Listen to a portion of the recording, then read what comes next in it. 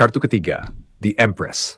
Sang dukun memandangi foto yang dibawa kepadanya lama sekali, hingga matanya menyipit, dan suaranya berat bergetar saat berkata, orang dalam foto ini tidak bisa disentuh dengan niat buruk. Ada aura, kesuburan, dan kekuatan batin yang melindunginya. Kau ingin menghancurkannya? Itu tidak mungkin. Orang ini memiliki pagar gaib yang sulit ditembus. Dukun itu membaca lewat napas dan pancaran wajahmu dalam foto itu. Ada kelembutan yang bukan kelemahan. Justru kelembutan itu yang menjadi kekuatannya.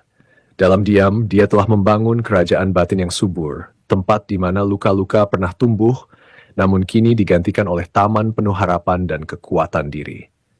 Ia kemudian menarik napas panjang dan berkata dengan suara pelan tapi tajam, dia telah menjadi seseorang yang tak lagi bisa dikekang oleh masa lalu. Tatapan matanya pada foto ini menyimpan kekuasaan, bukan dalam arti memerintah, tapi kekuasaan atas diri sendiri. Kau pikir dia akan menoleh lagi padamu? Tidak.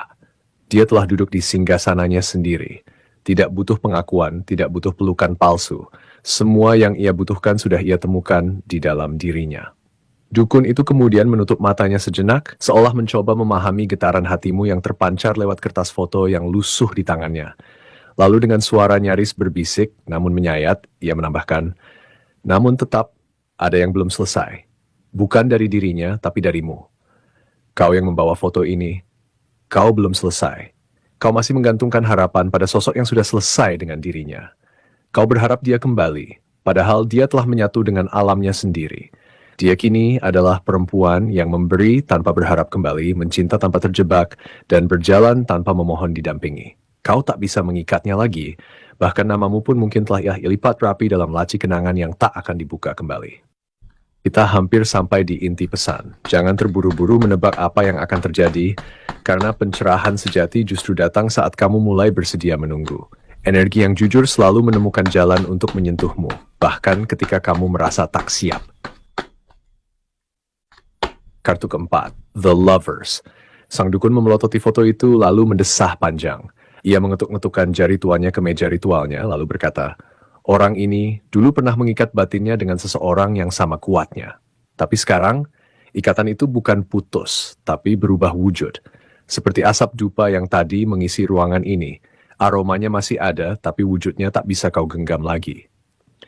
Lalu ia memandang pembawa foto dengan sorot tajam, seolah ingin menembus isi dadanya. Kau tahu sendiri, dia itu tidak pernah menunjukkan kalau sedang patah. Tapi jiwanya mendidih. Dia masih menyimpan rindu dalam diamnya. Tangan sang dukun mulai gemetar, bukan karena takut, tapi karena energi yang terpancar dari foto itu begitu tajam. Dia memilih pergi, atau mungkin kamu yang pergi. Tapi yang jelas, pernah ada momen di mana semesta menguji kalian, persimpangan yang memaksa hati untuk memilih. Dan dia? Dukun itu menunjuk foto tanpa menyentuhnya. Dia masih menyimpan tanya. Di kepalanya penuh dengan seandainya. Tapi itu hanya dalam kepalanya. Di hadapan dunia dia tetap gagah, tetap kuat. Tidak ada yang tahu bahwa dalam tidurnya dia masih memutar kenangan. Dukun itu tiba-tiba tertawa kecil. Tapi tawanya pahit. Lucu ya. Dia pikir kamu akan tetap menoleh ke belakang. Tapi yang tak dia tahu, kamu sudah menyatu dengan pilihanmu. Kamu sudah bertumbuh. The Lovers bukan hanya tentang dua hati, tapi juga tentang mengenal siapa dirimu sendiri. Dan saat dia baru mulai bertanya, kamu sudah selesai menjawab. Kau telah pergi terlalu jauh ke depan untuk bisa dijangkau kembali. Dia bisa menyesal seumur hidup, tapi kamu sudah menjadi seseorang yang baru. Satu kartu terakhir akan menyempurnakan keseluruhan cerita ini. Mungkin inilah bagian yang paling jujur, karena kebenaran tak butuh banyak kata untuk menampar. Bersiaplah, sebab kadang akhir yang datang justru menjadi pintu untuk awal yang baru. Kartu kelima, Knight of Pentacles. Ketika sang dukun menatap lagi foto itu, kali ini ia tidak berkata apa-apa selama beberapa menit. Lalu ia bersuara lirih, namun tegas. Jalan orang ini sudah tidak bisa dihentikan, seperti kereta malam yang tidak akan berhenti hanya karena ada bayangan di rel. Ia menyipitkan mata lalu berkata pelan, tapi energi orang dalam foto ini berbicara. Dia sudah tak lagi terburu-buru. Ia tahu kemana arah hidupnya. Setiap geraknya tidak ditentukan oleh emosi, tapi oleh keyakinan dan tanggung jawab. Dukun itu tersenyum miring, lalu berkata, kau ingin dia kembali padamu? Kau harus kejar sampai habis nafasmu, karena dia tak akan menunggu. Dukun itu menyentuh permukaan foto dengan ujung jari telunjuknya, lalu bergetar sedikit. Ada yang dulu mencoba menghambatnya. Mungkin kamu, mungkin orang lain. Tapi sekarang dia tak bisa dihentikan. Energinya sudah lepas dari cengkraman masa lalu. Dia memilih untuk tidak menoleh ke belakang. Lihat matanya dalam foto ini, tidak ada lagi luka. Yang ada hanya fokus. Ia mendongak ke arah pembawa foto. Sementara kau masih berkutat pada kenangan, dia sudah membangun hal-hal nyata. Kestabilan, karier, kebahagiaan yang tidak bergantung pada siapapun. Dan akhirnya sang dukun duduk bersila, memejamkan mata dan berkata pelan seolah pada semesta. Langkahnya sudah tak bisa dikejar oleh bayangan.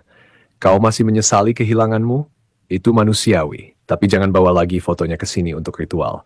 Aku tidak bisa membengkokkan takdir yang sudah ia bangun sendiri.